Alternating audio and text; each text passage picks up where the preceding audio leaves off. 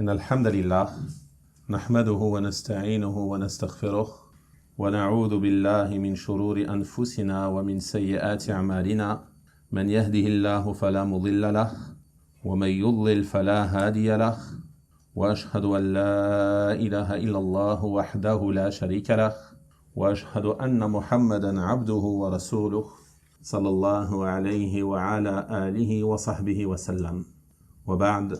Mes bien chers frères, nous nous réunissons pour parler d'un sujet d'une grande importance qui concerne l'istiqama, la droiture en religion, de laquelle découle ton bonheur ici-bas ainsi que dans l'au-delà. Car il ne peut y avoir de bien pour le serviteur dans ce bas monde et encore moins dans l'au-delà si ce n'est qu'en empruntant la voie de la droiture sur la religion. Et cette istiqama, cette droiture, a un rang immense, qui est un rang complémentaire à la foi, qui vient s'ajouter au fait d'être un simple croyant. En effet, Allah subhanahu wa ta'ala, lorsqu'il a mentionné la droiture dans son noble livre, il l'a mentionné en complément de la foi. Il a dit subhanahu wa ta'ala, « Inna alladhina qalu rabbuna Allah thumma istaqamu » Ceux qui ont dit « Notre Seigneur est Allah » puis se sont tenus sur la voie de la droiture. C'est-à-dire que la droiture vient après la connaissance d'Allah et après la foi. L'imam As-Sa'di rahimahullah ta'ala a dit dans le tafsir de ce verset « Ay i'tarafu wa nataqu wa radu bi rububiyyatillahi tabaraka wa ta'ala » C'est-à-dire qu'ils ont reconnu, ils ont prononcé et ils ont agréé la seigneurie d'Allah subhanahu wa ta'ala. Ils ont agréé Allah comme Seigneur. وَاسْتَسْلَمُوا لِأَمْرِهِ Ils se sont soumis à son ordre. ثُمَّ Puis, après cela, istaqamu ala sirat al-mustaqim. Ils ont emprunté la droiture sur le droit chemin. Ils se sont tenus fermes sur le droit chemin. ilman wa amalan. En termes de science, en termes de savoir et en termes d'action. Donc on voit à travers ce verset et à travers la parole du Cheikh rahimahullah ta'ala que l'istiqama, la droiture, c'est une chose qui est supplémentaire, qui vient s'ajouter à ta foi, qui te fait atteindre un degré plus élevé auprès d'Allah subhanahu wa ta'ala. Et c'est ce sens qu'on retrouve dans la parole du prophète sallallahu alayhi wa sallam. Un noble compagnon, Sufyan ibn Abdillah radiyallahu anhu, lorsqu'il est venu lui demander de lui adresser une parole au sujet de laquelle il n'interrogerait personne d'autre que lui au sujet de l'islam. Qu'est-ce qu'il lui a répondu? Qul amantu billah fastaqim. Dis, j'ai cru en Allah, j'ai la foi en Allah, puis tiens-toi sur la droiture. Donc tu vois, à travers ce hadith, une preuve claire et explicite que la droiture vient s'ajouter à la foi, compléter ta foi, améliorer ta foi et te faire atteindre des degrés plus élevés auprès d'Allah subhanahu wa ta'ala. C'est donc par la droiture que des croyants se distinguent d'autres croyants. On distingue chez certains croyants des signes de droiture et chez d'autres certains signes qui s'opposent à cette droiture. Et c'est pour cela que le prophète sallallahu alayhi wa sallam a distingué dans le hadith le croyant fort du croyant faible. Et il a dit, le croyant fort est meilleur et plus aimé par Allah que le croyant faible. Et ce car sa force est le fait qu'il a ajouté à sa foi l'istiqama. Il a ajouté à sa foi la droiture en religion. Il a ajouté à sa foi des efforts pour rester ferme sur le droit chemin. En raison de l'importance de cette istiqama, en raison de son rang éminent, en raison de ses nombreux mérites, j'ai tenu à ce qu'on se rappelle ensemble les paroles d'Allah subhanahu wa ta'ala dans son noble livre du prophète sallallahu alayhi wa sallam et des paroles des gens de science à ce sujet. Tout d'abord, il faut savoir que l'istiqama, la droiture, c'est une chose qu'Allah t'a ordonnée. Il t'a ordonné d'être droit en religion. Et le prophète sallallahu alayhi wa sallam t'a ordonné cela. Comme on l'a vu dans le hadith. Dis, j'ai eu la foi en Allah, puis tiens-toi sur la droiture. C'est un ordre du prophète sallallahu alayhi wa sallam. Qu'est-ce que cela signifie? Cela signifie que cela n'est pas suffisant de dire je suis croyant. Il ne suffit pas de dire je suis musulman, je suis sur la sunna, puis ensuite, dans tes paroles, dans tes actes, Et dans tes croyances avant cela, il n'y a rien qui suit. Ce n'est pas suffisant. Dis, j'ai eu la foi en Allah, puis tiens-toi sur le droit chemin. Emprunte la voie de la droiture. Suis le droit chemin qu'Allah subhanahu wa ta'ala t'a ordonné de suivre. Il dit subhanahu wa ta'ala dans surat Hud, au verset 212, « Fastaqim kama umirt » Tiens-toi sur le droit chemin comme cela t'a été ordonné. Tiens-toi sur le droit chemin comme cela t'a été ordonné. « Wa man taba ma'ak » ainsi que ceux qui se sont repentis avec toi. C'est-à-dire ceux qui, avec toi, reviennent à Allah subhanahu wa ta'ala. Tenez-vous tous sur le droit chemin. Comment? Comme Allah vous l'a ordonné. Qu'est-ce que cela signifie? Cela signifie que le droit chemin, tu ne l'empruntes pas selon tes passions. Tu ne l'empruntes pas selon tes désirs. Tu ne choisis pas dans ce chemin ce qui te plaît et délaisses ce qui ne te plaît pas. Non, tu te tiens sur le droit chemin comme cela t'a été ordonné par qui? Par Allah subhanahu wa ta'ala. Il a adressé cet ordre au prophète sallallahu alayhi wa sallam et à ceux qui sont avec lui, à ceux qui le suivent parmi les croyants jusqu'à la venue de l'heure. Ensuite il dit subhanahu wa ta'ala wa la tataghaw et ne dépassez pas les limites. Ne dépassez pas les limites dans vos agissements, ne dépassez pas les limites d'Allah dans vos paroles. Innahu bima ta'malun basir. Innahu bima ta'malun basir. Il est certes basir, c'est-à-dire il voit certes ce que vous faites. Il voit vos actions. Tes actions, elles n'échappent pas à Allah subhanahu wa ta'ala. Il est al-raqib subhanahu wa ta'ala. Il est al-basir subhanahu wa ta'ala. Il est al-shahid subhanahu wa ta'ala. Il est celui qui t'observe, qui te voit, qui témoigne de tes actions. Tu ne fais pas une action sans qu'il ne te voie. Donc il te rappelle cela à la fin de ce verset, afin de te mettre en garde contre le fait de dévier du droit chemin. Et c'est ce que l'imam As-Sa'di rahimahullah ta'ala nous explique. Dans le tafsir de ce verset, il dit Amara nabiyyahu Muhammadan sallallahu alayhi wa sallam wa man ma'ahu min al-mu'minin an yastaqimu kama umiru. Il a ordonné subhanahu wa ta'ala à son prophète Muhammad sallallahu alayhi wa sallam et ceux qui étaient avec lui parmi les croyants de se tenir sur la droiture comme cela leur a été ordonné. Puis il nous explique cela et il dit فَيَسْلُكُ مَا شَرَعَهُ اللَّهُ مِنَ الشَّرَائِعِ. Ils empruntent donc ce qu'Allah a légiféré comme législation. Ils accomplissent ce qu'Allah a ordonné. وَيَعْتَقِدُوا مَا أَخْبَرَ اللَّهُ بِهِ مِنَ الْعَقَائِدِ الصَّحِيحَةِ. Et ils ont pour conviction ce dont Allah subhanahu wa ta'ala a informé comme croyances authentiques. Ceci fait partie de la droiture. C'est la base de la droiture. Que tu aies une croyance authentique, que tu voues les cultes exclusifs à Allah, que tu reconnaisses les noms et les attributs d'Allah subhanahu wa ta'ala tels qu'ils sont venus dans les textes. Ceci est la base de la droiture. Ensuite, il dit, et qu'il ne dévie pas de cela, ni à droite ni à gauche. Qu'il reste sur ce droit chemin. Qu'il ne s'en écarte pas. Qu'il s'accroche à cela. وَيَدُومُ عَلَى ذَلِكِ. Et qu'il persiste sur cela, qu'il persévère, qu'il soit constant sur cela. Qu'est-ce que cela signifie? Cela signifie que la droiture, mes frères, ce n'est pas l'histoire d'un instant. La droiture, ce n'est pas seulement quand tu viens à la mosquée. La droiture, ce n'est pas seulement lorsque tu es devant des musulmans. La droiture, ce n'est pas seulement lorsque tu es avec tes parents. La droiture, c'est tout le temps. Tu dois être constant sur cela. Tu es droit même lorsque tu es seul. Parce que tu sais qu'Allah subhanahu wa ta'ala t'observe. Donc tu es constant sur cela. Il dit, et qu'il ne dépasse pas les limites, c'est-à-dire qu'il ne dépasse pas ce qu'Allah a déterminé comme limite pour eux concernant la droiture. Qu'ils ne lui désobéissent pas, qu'ils n'accomplissent pas des choses qu'il n'a pas légiférées, qu'ils n'adorent Allah subhanahu wa ta'ala que comme il l'a légiféré, et ainsi de suite. Et il dit ensuite, concernant la fin du verset, « Innahu bima ta'maluna basir » ay « La yakhfa alayhi min a'malikum shay wa sayujazikum alayha » Il dit, c'est-à-dire que rien ne lui échappe parmi vos œuvres, et il vous rétribuera pour cela. Il rappelle cela à la fin du verset. Ensuite, il termine et dit, rahimahullah, فَفِيهِ تَرْغِيبٌ لِسُلُوكِ الْإِسْتِقَامَةِ وَتَرْهِيبٌ مِنْ ضِدِّهَا. Il y a dans ce verset un encouragement à emprunter la voie de la droiture et en même temps une mise en garde contre le fait d'emprunter un autre chemin. Elle est où la mise en garde? La mise en garde, elle est dans le fait qu'il te rappelle qu'il te voit, qu'il t'observe, qu'il sait ce que tu fais, subhanahu wa ta'ala. Donc ceci est une mise en garde contre le fait de ne pas te soumettre à cet ordre, de te tenir droit sur le chemin de la droiture. Allah subhanahu wa ta'ala dit aussi au verset 15, de Surat Ash-Shura.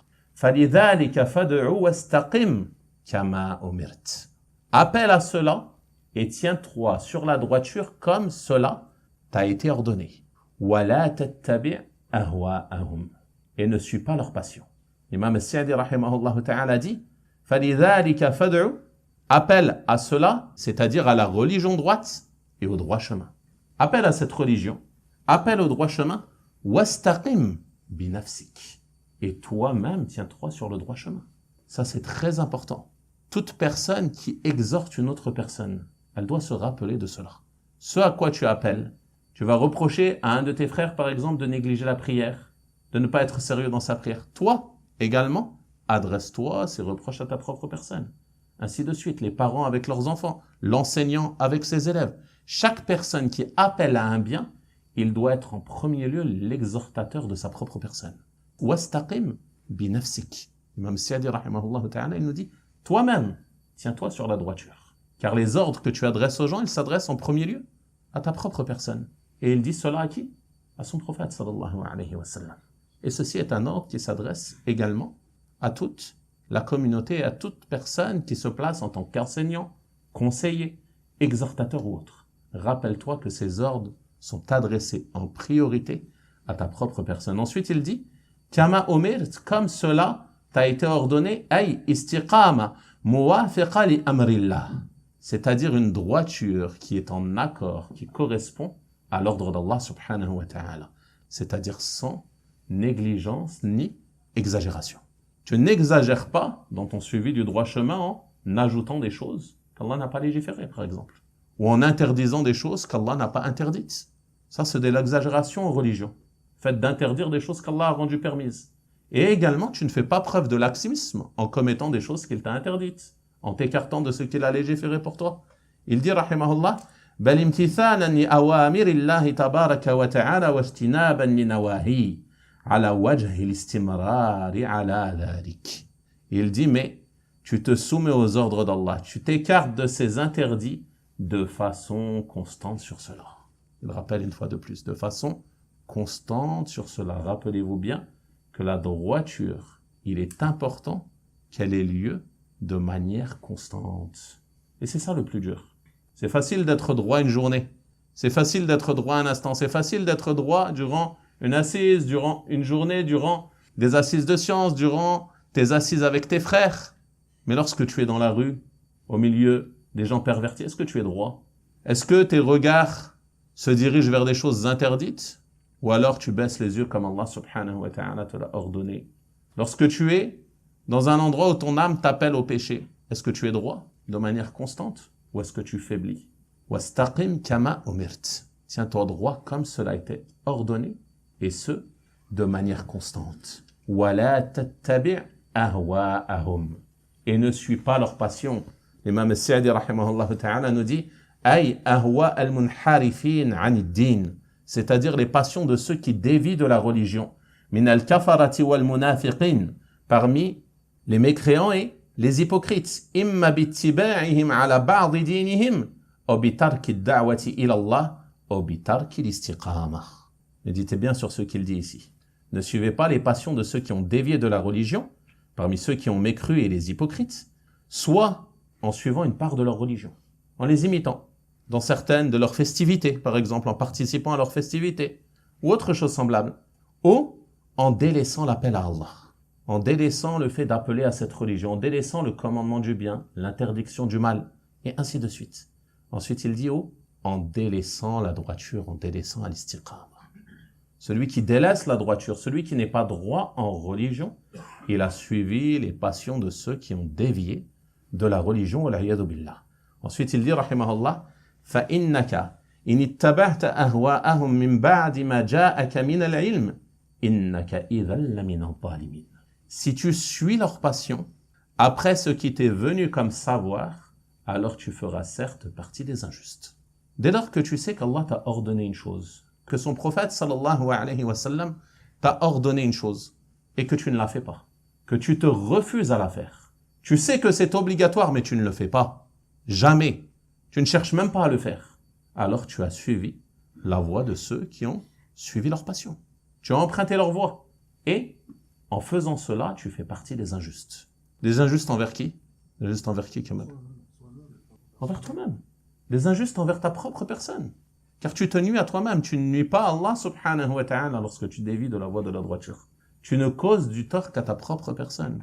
Car c'est toi qui porteras le fardeau de ta déviance. Et on demande à Allah subhanahu wa ta'ala de tous nous réformer. Allah subhanahu wa ta'ala dit dans Surat Fussilat au verset 6, Fastaqimu ilayhi wastaghfiruh. Tenez-vous droit vers lui et implorez son pardon. Qu'est-ce que cela veut dire? Empruntez le droit chemin, celui qui vous mène à Allah subhanahu wa ta'ala. Et il précise ilayhi afin de te rappeler l'importance d'être sincère lors de ton emprunt du chemin de la droiture. Tu le fais pour Allah. Fastaqimu ilayhi. Empruntez la voie de la droiture vers Allah. Elle vous mène à Allah. Donc vous devez être sincère pour Allah. Tu n'empruntes pas cette voie pour qu'on le dise de toi que tu es droit, pour qu'on te dise de toi que, masha'Allah, tu es assidu à la mosquée, tu fais tes 5 prières, tu fais ceci et cela. Ce n'est pas cela que tu recherches. Tu dois rechercher l'agrément d'Allah subhanahu wa ta'ala avant toute chose. Ton objectif est d'être aimé par Allah. Ton objectif est de te rapprocher d'Allah et d'obtenir la récompense auprès de lui. Puis il dit « Wastaghfiruh » et implorer son pardon. Il t'ordonne de te tenir sur la voie de la droiture, sincèrement pour lui. Puis il te dit d'implorer son pardon. Pourquoi? Parce qu'Allah subhanahu wa ta'ala sait que tu vas avoir des manquements dans ton suivi de cette voie. Car tous les enfants d'Adam font des péchés. Mais les meilleurs de ceux qui commettent des péchés, ce sont ceux qui se repentent. Donc il te dit, et implorer son pardon. Implorer son pardon car vous allez avoir des manquements dans cette istiqama. Vous allez avoir des moments de faiblesse.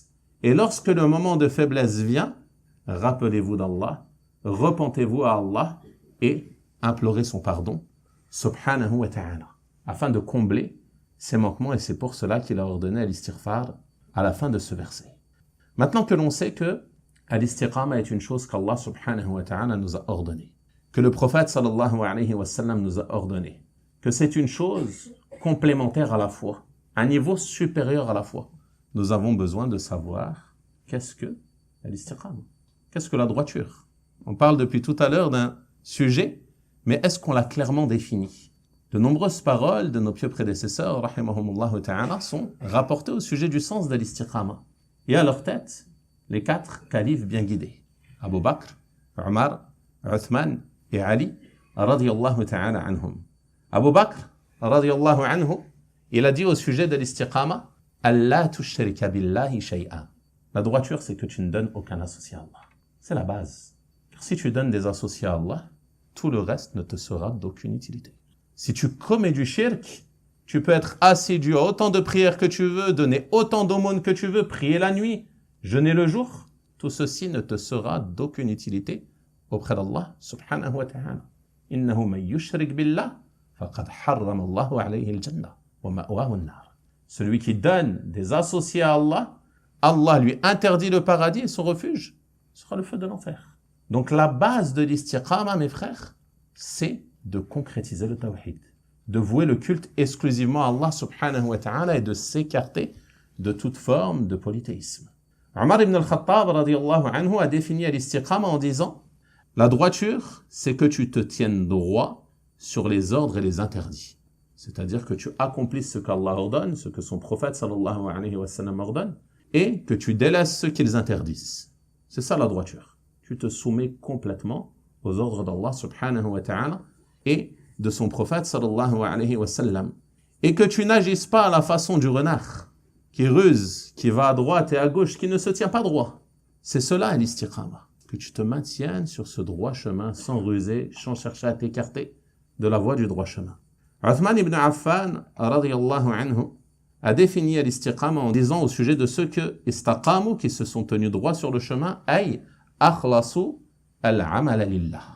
C'est-à-dire qu'ils ont voué leurs actions exclusivement à Allah. Ils n'agissent que pour Allah. Ceci est l'explication de Uthman, radiyallahu anhu, et ça rejoint l'explication de Abu Bakr, radiyallahu anhuma. Ali, radiyallahu anhu, ainsi que Abdullah ibn Abbas, radiyallahu anhuma, ont défini l'istiqama en disant « Istaqamu ala ada'il fara'id ». Ils se sont tenus droit dans l'accomplissement des prescriptions religieuses. c'est-à-dire qu'ils accomplissent tout ce qu'Allah subhanahu wa ta'ala a rendu obligatoire pour eux. Et c'est ça, la réalité de la droiture. Donc en résumé, on comprend que al-istiqama, c'est la mise en pratique de la religion de l'islam. C'est ça al-istiqama. Que tu mettes en pratique la religion de l'islam comme Allah subhanahu wa ta'ala l'a ordonné et comme son prophète sallallahu alayhi wa sallam l'a enseigné. Et ceci en réalité, al-istiqama, on a dit que c'était une caractéristique supplémentaire à la fois, un degré supérieur à la foi. Mais en réalité, c'est une obligation pour tout musulman et toute musulmane. Car Allah nous l'a ordonné comme on l'a vu dans les versets précédents. C'est une obligation de vouer le culte exclusivement à Allah subhanahu wa ta'ala. C'est une obligation de ne donner aucun associé à Allah subhanahu wa ta'ala. C'est une obligation pour chacun d'entre nous, hommes et femmes, d'accomplir l'ensemble des prescriptions d'Allah. D'accomplir la prière, de s'acquitter de la zakat, de faire le jeûne de Ramadan, de s'acquitter du pèlerinage pour celui qui en a les capacités, et ainsi de suite parmi les obligations. Et c'est une obligation pour nous de délaisser tout ce qu'Allah subhanahu wa ta'ala a interdit. Donc, ceci devrait en réalité être la normalité pour tous. La droiture, c'est la base. On a dit que certains croyants vont se distinguer par cette istiqama, mais en réalité, tout le monde devrait emprunter ce chemin. Tout le monde devrait être sur la voie de la droiture. Et c'est une erreur, comme le font certaines personnes, de dire un musulman normal, quand ils parlent de quelqu'un qui n'est pas droit. On entend certaines personnes dire un frère normal, un musulman normal, comme si c'était la base et la normalité de ne pas être sur la voie de la droiture. En voulant décrire un musulman qui a des manquements dans sa pratique de la religion, qui n'accomplit pas certaines obligations apparentes. Il va être décrit par les gens comme un musulman normal. Mais la normalité, ce n'est pas cela. Il n'est pas normal. Il a des manquements. Il a dévié du droit chemin sur certaines choses apparentes. La normalité, c'est que tu tiennes droit sur la religion. C'est ça la normalité. C'est que tu sois mustaqim, que tu sois sur la voie de la droiture. Et j'attire votre attention sur un terme qui est utilisé par beaucoup de personnes en disant « al-iltizam » à la place de l'istiqama. D'emprunter la voie de l'iltizam, ou un frère multazim, pour dire un frère mustaqim, ou une sœur multazima, pour dire une sœur mustaqima. Et bien que le sens soit le même, en termes de langue, ce n'est pas un problème d'employer ce terme.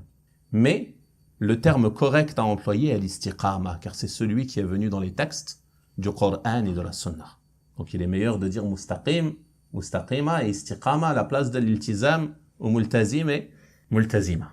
Donc, ceci est le sens de l'istiqama comme l'ont défini les compagnons radiyallahu anhum. Maintenant, il y a un point important, mes frères. Et ça, c'est une chose, et c'est un rappel important, et c'est peut-être le point le plus important de cette conférence. On parle de l'istiqama, on a vu son sens. On a compris son sens.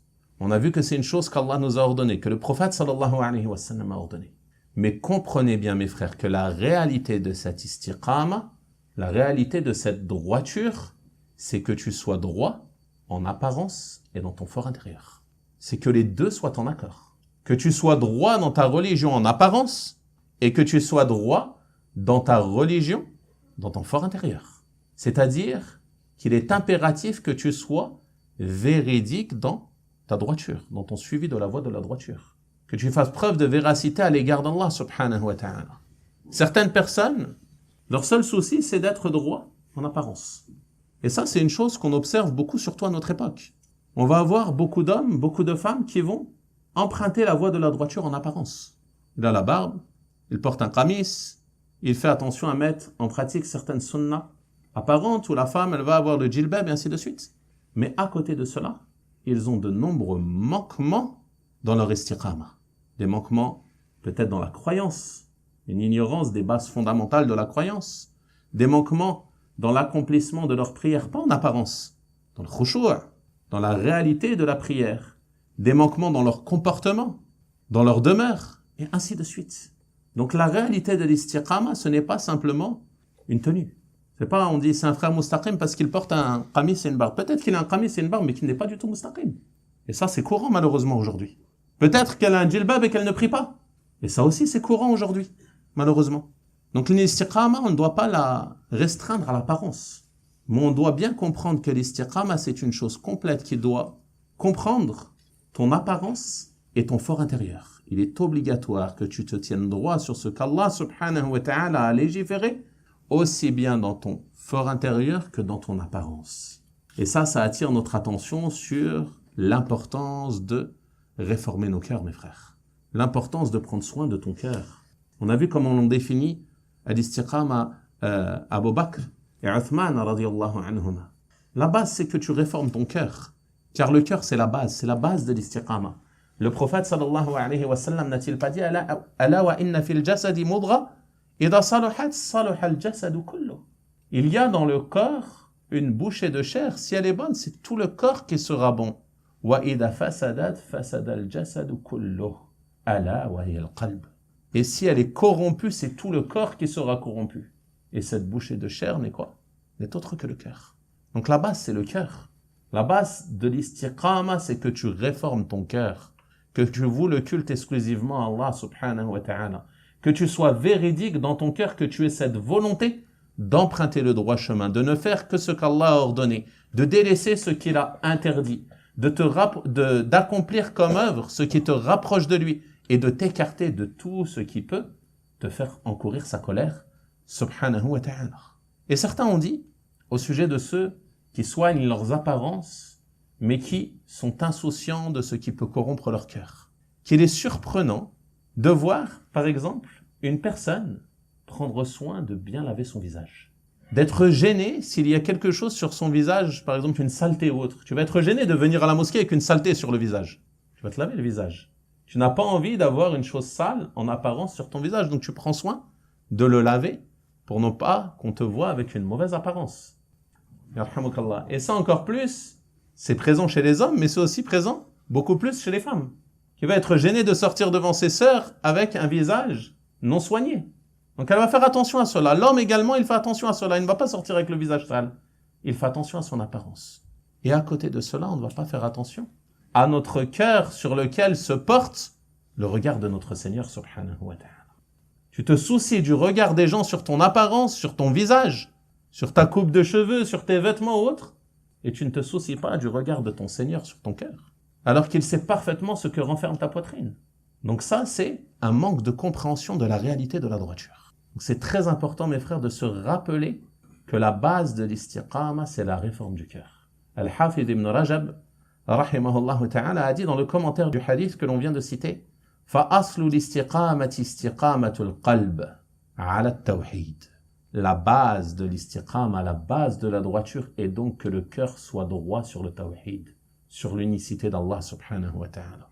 Puis il dit, rahimahullah, فَمَتَ اسْتَقَامَ الْقَلْبُ عَلَى مَعْرِفَةِ اللَّهِ وَعَلَى خَشْيَةِ وَإِجْلَالِهِ وَمَهَابَتِهِ وَمَحَبَّتِهِ وَإِرَادَتِهِ وَرَجَائِهِ وَدُعَائِهِ وَالتَّوَكُّلِ عَلَيْهِ وَالْإِعْرَاضِ عَمَّا سِوَى اسْتَقَامَتِ الْجَوَارِحُ كُلُّهَا عَلَى طَاعَتِهِ. Il dit dès lors que le cœur se tient droit sur la connaissance d'Allah, sur la crainte d'Allah, sur la vénération d'Allah, sur la révérence d'Allah, l'amour d'Allah, la recherche de ce qu'il y a auprès d'Allah, l'espoir en Allah, l'invocation d'Allah, la confiance en Allah, le tawakkul, et le détournement de tout autre que lui. Si le cœur il est ainsi, que la personne elle a concrétisé le tawhid, que son cœur n'est lié qu'à Allah, il nous dit, rahimahullah, alors les membres de son cœur, tous les membres de son corps se tiendront droit sur l'obéissance à Allah. C'est inévitable. Ce n'est pas possible qu'une personne, comme le pense nombre de gens du commun, qu'elle ait un bon cœur, mais qu'en apparence ses actes soient corrompus. Sache que si ton apparence est corrompue, c'est qu'il y a un problème dans ton cœur. Si ce qu'on voit de toi, c'est la désobéissance à Allah, c'est qu'il y a un problème dans ton cœur. Ce n'est pas possible que les gens voient de toi le mal, voient de toi des péchés, voient de toi l'opposition à la sunna du messager sallallahu alayhi wa sallam et que tu dises mon cœur est bon. C'est pas possible. La base du problème, elle est dans ton cœur. C'est que dans ton cœur, il y a un manque de concrétisation de ce tawhid. Dans ton cœur, il y a un manque d'amour d'Allah. Dans ton cœur, il y a un manque de révérence à l'égard d'Allah. Dans ton cœur, il y a un manque de crainte d'Allah. Car si vraiment tu aimais Allah, tu te soumettrais à l'ensemble de ses ordres. Innal muhibba liman yuhibbu muti'u. Celui qui aime, il obéit à celui qui l'aime. Regardez lorsqu'un homme aime une femme, il est prêt à tout faire pour elle. Pourquoi? Parce qu'il l'aime. Peut-être même il va désobéir à Allah. Pourquoi? Parce qu'il l'aime d'un amour véridique. Et toi tu prétends aimer Allah et tu lui désobéis ouvertement. Ce n'est pas possible. C'est que dans ton cœur, il y a un manque de concrétisation de l'unicité d'Allah subhanahu wa ta'ala, de l'amour d'Allah, de la révérence à l'égard d'Allah, de la glorification d'Allah et de la crainte d'Allah subhanahu wa ta'ala. Donc la base, mes frères, est de réformer nos cœurs. Ensuite, Ibn Rajab rahimahullah ta'ala dit فَإِنَّ الْقَلْبَ هُوَ مَلِكُ الْأَعْضَاءِ. Le cœur, c'est comme le roi des membres du corps. C'est comme si c'était lui qui les gouvernait. وَهِيَ جُنُودُهُ. Et les membres du corps, c'est comme si c'était ses soldats. فَإِذَا اسْتَقَامَ الْمَلِكِ استقامت جنوده ورعاياه. Si le roi il est droit, ceux qui sont sous ses ordres, ses soldats, et ceux qui sont sous son autorité, ils seront droits. Il va les contraindre à la droiture. Et ça, c'est l'exemple du cœur. Si le cœur il est droit, il va contraindre les membres du corps à être droits bi'idhnillahi ta'ala. وَأَعْظَمُ مَا يُرَاعَ اسْتِقَامَتُهُ. Et ça, c'est un point important. وَأَعْظَمُ مَا يُرَاعَ اسْتِقَامَتُهُ بَعْدَ الْقَلْبِ مِنَ الْجَوَارِحِ al-lisan. Il dit, et la chose la plus importante de laquelle on doit prendre soin et de veiller à ce que ce membre de notre corps soit droit après la droiture du cœur, c'est la droiture de la langue. Après la droiture du cœur. Pourquoi? Il nous dit, rahimahullah, la langue c'est le traducteur du cœur. La langue, elle va venir traduire et interpréter ce qu'il y a dans ton cœur. Si dans ton cœur il y a des mauvaises choses, ça va ressortir sur ta langue. Des mauvaises paroles, des paroles indécentes, des choses qui ne conviennent pas de dire, des mauvais sujets de discussion. Pourquoi? Parce que c'est ce qu'il y a dans ton cœur. Si quelqu'un, il aime vraiment une chose, qu'est-ce qu'il va faire? On en parle beaucoup. Celui qui a une passion, il parle toujours de sa passion. Il va se réunir avec des gens qui ont la même passion, ils ne vont parler que de ça. Que ce soit des choses licites ou des choses illicites. Et ils vont parler sans cesse de cela. Pourquoi? Parce que c'est dans leur cœur. Dans son cœur, wala'iyadu billah, il aime des joueurs de foot, des tournois ou des compétitions, il ne parle que de ça. Il se rejoint avec ses amis, il parle de ça, des résultats de je ne sais quel match, et ainsi de suite. Ou autre chose semblable. Pourquoi? Parce que dans son cœur, il aime cela. Donc il en parle. Et si le cœur, il aime Allah, si le cœur, il est attaché à Allah, qu'est-ce qu'il va faire? Il va se rappeler d'Allah. Il va faire du dhikr, de l'istighfar, du tasbih, du tahmid. Subhanallah, alhamdulillah, la ilaha illallah, Allahu Akbar. Quand il va voir ses frères, il va parler d'Allah. Il va se rappeler d'Allah, ils vont se conseiller mutuellement, s'ordonner le bien, s'interdire le mal. Et ainsi de suite. Pourquoi? Parce qu'ils aiment Allah, ils aiment vraiment Allah. Mais si l'amour est faible, alors on va oublier Allah, wal'iyadu billah. Et qu'Allah nous sorte tous de cette insouciance. Donc il dit, la langue, c'est l'interprète du cœur. Elle va expliquer, elle va exprimer ce qui se trouve dans le cœur. Il dit, walihada, lamma amara an-nabiy sallallahu alayhi wa sallam Sufyan ibn Abdillah al-Thaqafi radiyallahu anhu bil-istiqama وَصَّاهُ بَعْدَ ذَلِكَ بِحِفْظِ لِسَانِهِ. Et c'est pour cela que le prophète sallallahu alayhi wa sallam, lorsqu'il a recommandé à Sufyan, fils de Abdullah al-Thaqafi, radiyallahu anhu, la droiture, dans le hadith que l'on a mentionné.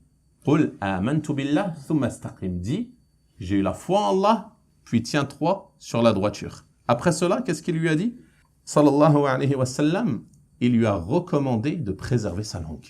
Il dit, rahimahullah, وَفِي مُسْنَدِ الإمام أحمد عن أنس عن النبي صلى الله عليه وسلم قال لا يستقيم إيمان عبد حتى يستقيم قلبه ولا يستقيم قلبه حتى يستقيم لسانه. Il dit dans le Musnad de l'imam Ahmad, rahimahullah, d'après Anas, radiyallahu anhu, d'après le prophète sallallahu alayhi wa sallam qui a dit, la foi d'un serviteur ne pourra être droite tant que son cœur ne sera pas droit. Donc la base, c'est la droiture du cœur.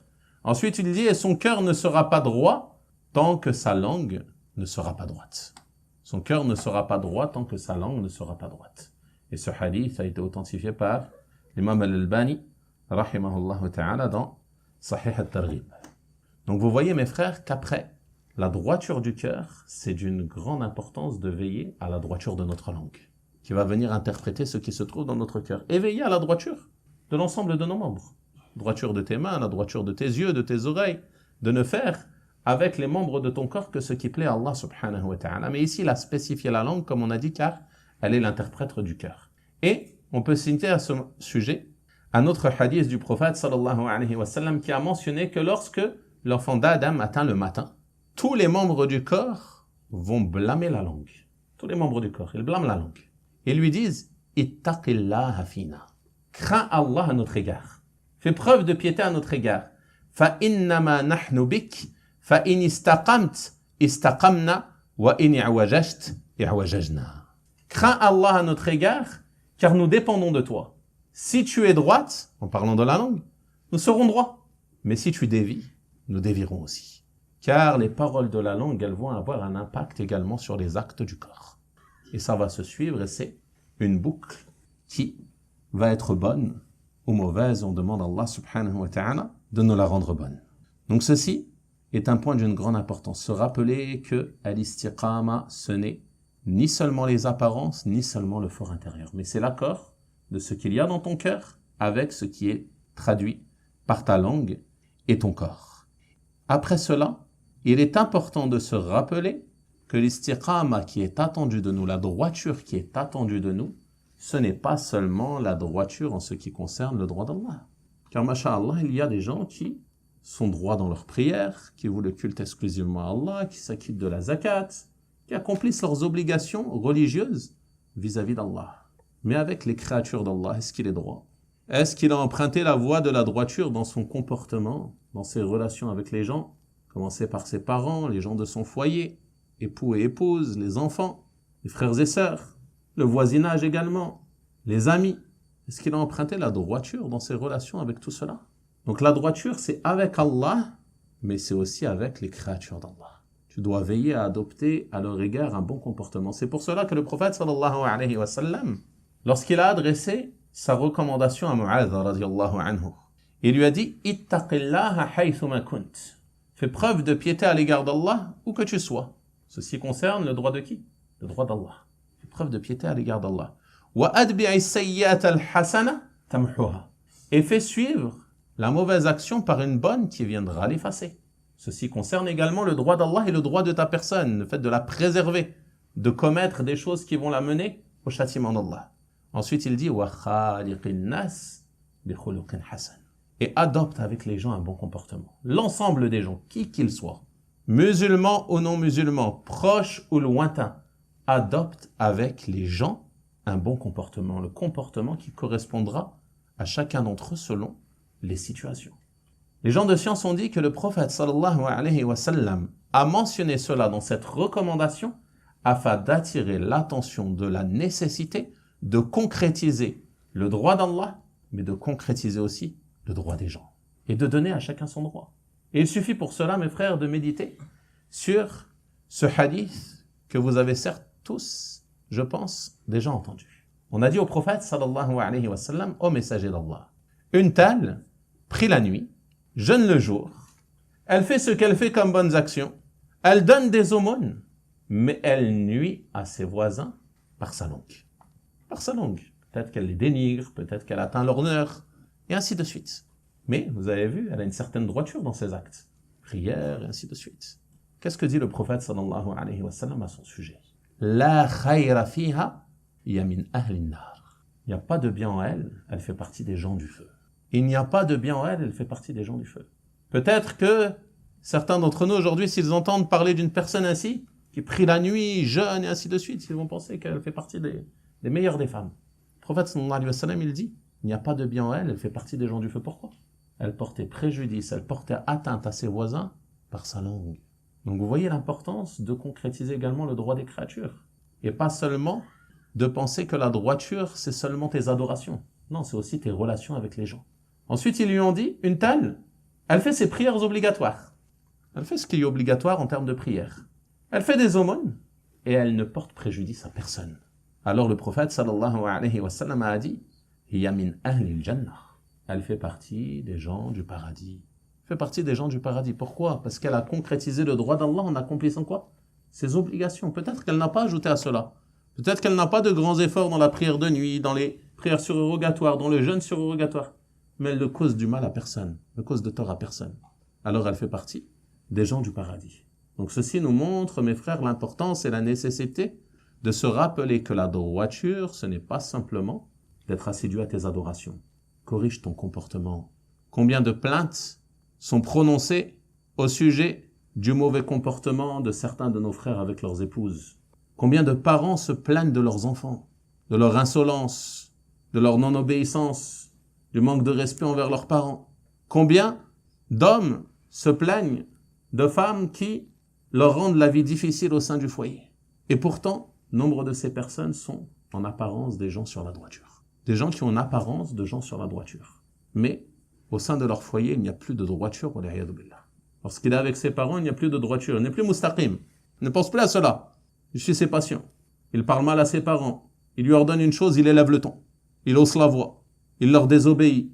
Peut-être même pire encore, il les injurie. Il n'y a plus de droiture. Ou alors l'homme va être un tyran avec son épouse. Lui imposer des charges qu'elle ne peut supporter. Exiger d'elle ce qu'elle ne peut faire. Ou alors une femme va faire la même chose avec son mari, et ainsi de suite. Plus de droiture. Avec ses voisins, pas de droiture, il n'y a aux voisins. Et ça, j'en profite, mes frères, pour rappeler l'importance du voisinage, et l'importance plus particulièrement, votre voisinage chez vous et les voisinages des mosquées. Les voisinages des mosquées. Wallahi, mes frères, c'est une honte qu'une mosquée, on se plaigne de ses nuisances. C'est une honte que des voisins viennent se plaindre auprès des responsables d'une mosquée de la nuisance des fidèles de cette mosquée. C'est une honte. Et pire encore, sur une mosquée où la majorité de ceux qui la fréquentent sont des gens qui prétendent suivre la voie de la droiture. Est-ce qu'il fait partie de la droiture de nuire au voisinage de la mosquée? Cela est contraire à la droiture, mes frères. Et ce manque de concrétisation du droit des créatures est une cause et un frein à l'acceptation du suivi de cette voie. C'est un frein évident.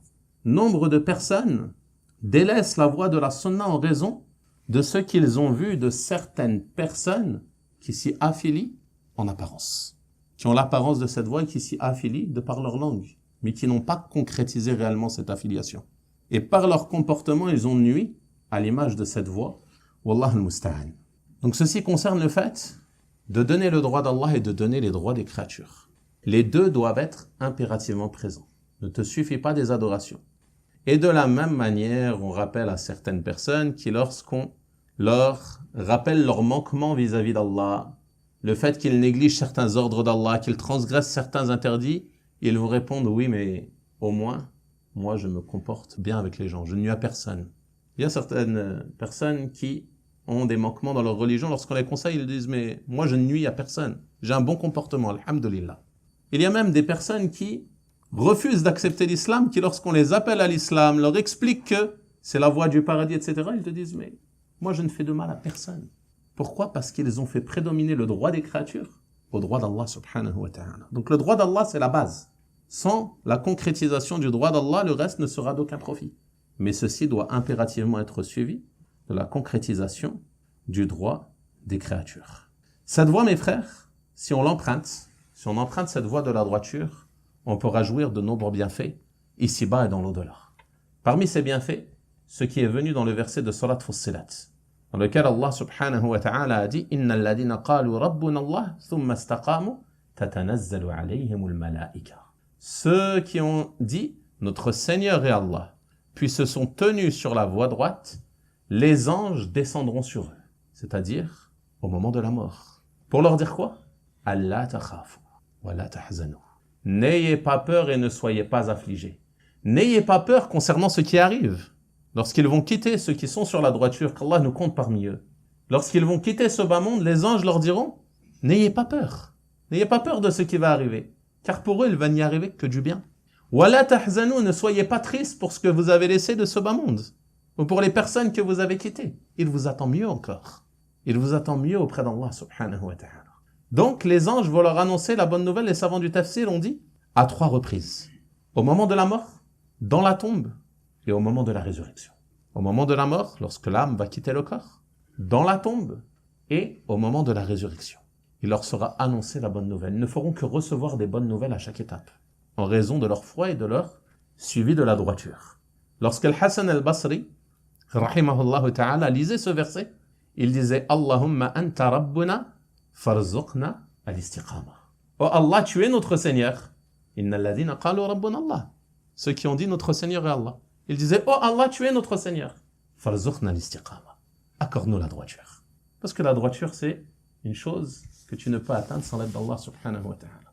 Donc il a invoqué Allah afin de pouvoir jouir des bienfaits mentionnés dans ce verset. Les anges descendront sur eux, leur diront, n'ayez pas peur et ne soyez point affligés. Wa abshiru bil jannati allati kuntum tu'adun.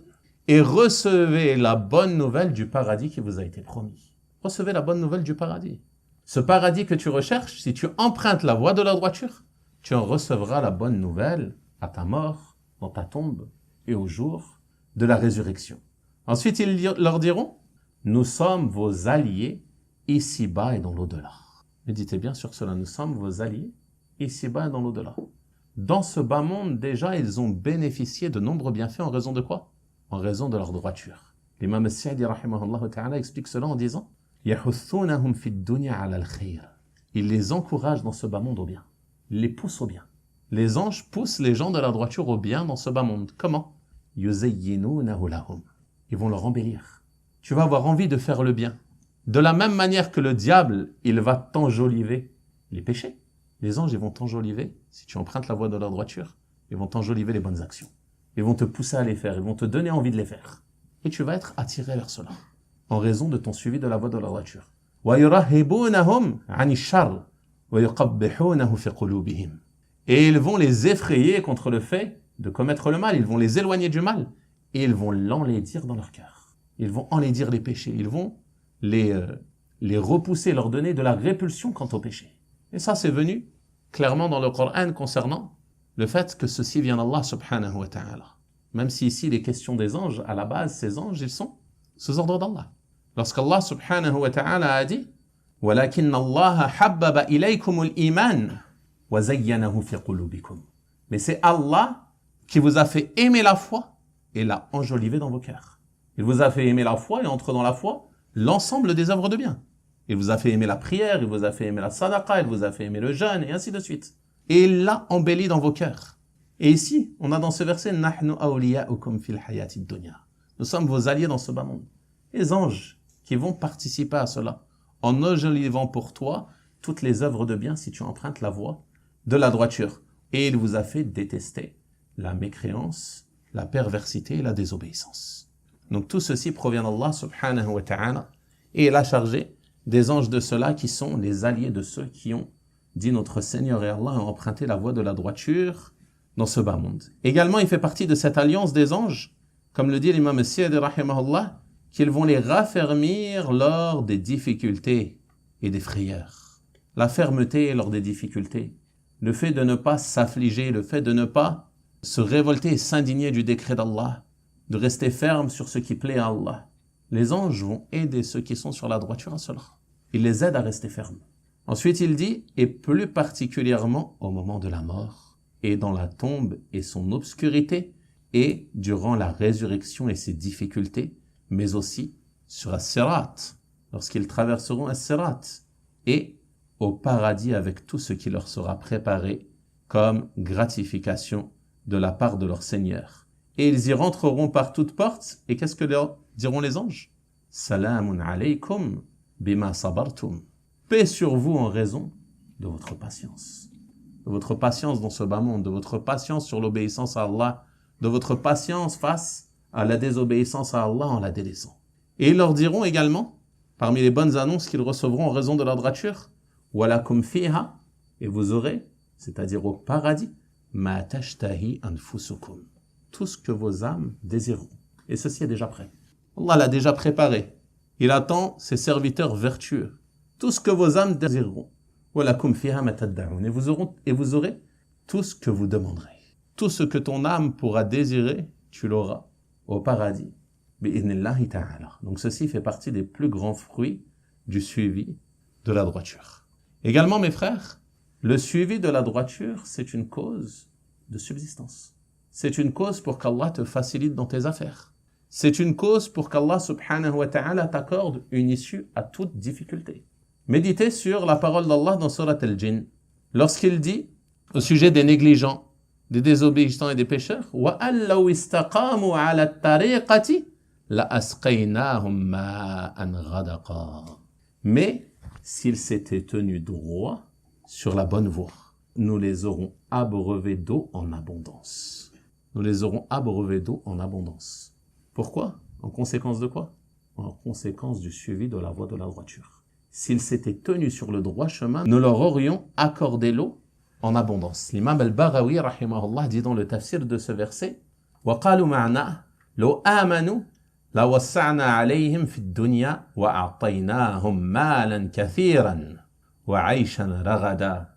Et ils ont dit dans le sens de ce verset que s'ils avaient eu la foi, alors nous leur aurions accordé subsistance avec largesse dans ce bas monde et nous leur aurions accordé nombre de richesses et une vie dans l'abondance s'ils s'étaient tenus droit sur la droiture, fermes sur le droit chemin, s'ils avaient emprunté la voie de la droiture. Et il explique qu'il a donné, Allah subhanahu wa ta'ala, dans ce verset, l'exemple de l'eau en abondance parce que le bien et la subsistance provient d'où? Provient de l'eau, la descente de la pluie. C'est la base. Et observez la situation d'un pays où il y a la sécheresse et un pays où coule la pluie en abondance. Leur situation n'est pas la même. Et ils sont atteints par cela. Donc la base de ces richesses, elle provient de quoi? Elle provient de la pluie. Si la pluie tombe, les végétations vont pousser, l'agriculture va se développer, le bétail aura de quoi manger, ainsi de suite. Ils ont donc de quoi se nourrir. C'est pour cela qu'il a mentionné l'eau dans ce verset. Et il y a ici une parenthèse très importante, c'est ce qui vient dans le verset suivant, qui est la parole d'Allah subhanahu wa ta'ala, « Linaftinahum fi ». S'ils auraient emprunté la voie de la droiture, se seraient tenus fermement sur le droit chemin, nous leur aurions accordé de l'eau en abondance. Pourquoi? Afin de les éprouver. Cette subsistance que tu recherches, derrière laquelle tu cours, que tu espères que ce soit de l'argent, que ce soit une épouse, que ce soit des enfants, ou autre chose parmi les subsistances qu'Allah accorde à ses serviteurs, dans son sens large. Ces choses que tu recherches, si Allah te les accorde pour t'éprouver. C'est une épreuve. Nous vous éprouvons par le bien et par le mal à titre de tentation. Et c'est vers nous que vous serez ramenés. Vous aurez compte à rendre à Allah de ces bienfaits qu'il vous a accordés. Que ce soit de l'argent, que ce soit une épouse, que ce soit des enfants, que ce soit une voiture, que ce soit la science, que ce soit ton istiqama, ton assiduité à la mosquée, le fait que tu accomplisses certaines œuvres de bien. Tu dois être reconnaissant vers Allah subhanahu wa ta'ala. Et si tu es ingrat, alors tu n'as pas réussi le test. Si tu es ingrat et que tu ne fais pas preuve de reconnaissance envers Allah, tu n'as pas réussi le test. Et on demande à Allah subhanahu wa ta'ala de nous placer parmi ses serviteurs reconnaissants. Enfin mes frères, pour terminer sur ce sujet, il est important de se rappeler des causes qui vont mener la personne à se détourner du chemin de la droiture, qui vont être des freins à la droiture, qui vont l'empêcher d'être ferme sur le droit chemin. Et ces causes, elles sont nombreuses, mais on va simplement en mentionner certaines d'entre elles. La première et la plus importante est l'ignorance de la religion et l'ignorance de la réalité de l'istiqama. Celui qui ignore la religion, qui ne sait pas ce qu'Allah lui a ordonné, qui ne sait pas ce que le prophète sallallahu alayhi wa sallam lui a ordonné, qu'il ne sait pas ce qu'ils ont interdit, il ne pourra pas emprunter la voie de la droiture. Celui qui ne sait pas ce qu'est la droiture, il ne pourra pas être sur ce chemin. Donc il va s'égarer. En raison de quoi? En raison de son ignorance. Et c'est pour cela que le musulman ne doit jamais se satisfaire de l'ignorance. Tu ne dois pas rester de nombreuses années en ignorant les règles basiques de ta religion, sans apprendre, sans poser de questions. Ce n'est pas normal qu'un musulman ne se pose jamais de questions, qu'il vive sa religion sans jamais s'interroger.